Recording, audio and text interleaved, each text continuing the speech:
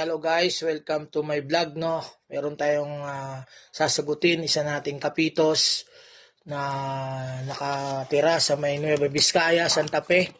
Ang katanungan niya ay ito. Shoutout muna lahat ng BAP Santa Fe. Yan, Nueva Vizcaya. At siyempre shoutout din sa ating mentor din, Sir Etok, tsaka si Sir Bobo Tungol, ang BAP NCR. So ito na yung tanong. Good evening po, Master. Pasensya na po sa abala. Baka busy po kayo. Magtatanong lang po ulit.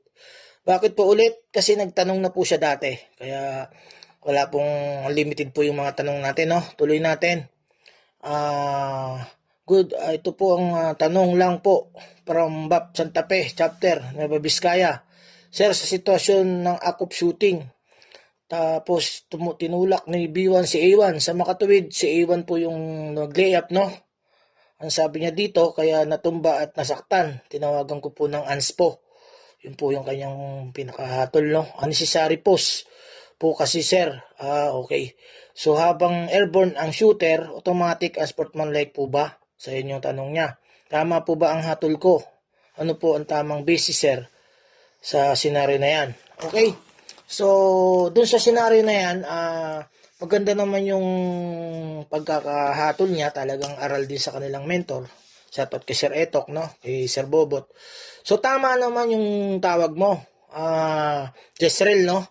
Na tinawagan mo siya, unsportsmanlike foul. Kasi, anong nangyari, na airborne yung A1, B1 yung tumulak, no? So, napasama yung bagsak. So, ang hatol mo ay talagang tama, no? Yung sa criteria lang siya, papasok siya dun sa criteria number 1, no?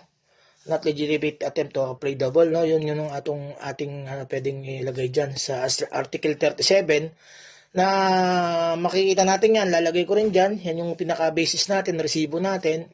So, kapag yan ay sabi mo, bumasket, so, bonus free throw na lang ang ating ibibigay dun sa tumira o lumayup na A1, no? Without jumper o lineup, plus ball possession. So, with 14 second shot clock. Okay? So, yan yung ating resumption of play dyan. Jezreel Matijo, no? Thank you sa iyong message sa akin. At ikaw yung kauna-unahang sinagot ko do sa nagtatanong palagi sa ating mga senaryo dito sa Europa, bansang Europa. Thank you sa time mo na pagbibigay ng mensahe sa akin at hayaan nyo mga kapitos. Wala po akong sawang sasagot hanggat sa kaya na po natin. According to the rules lang po tayo. Maraming salamat sa suporta. Please follow, like, and share po ng mga videos natin. Bye-bye. God bless.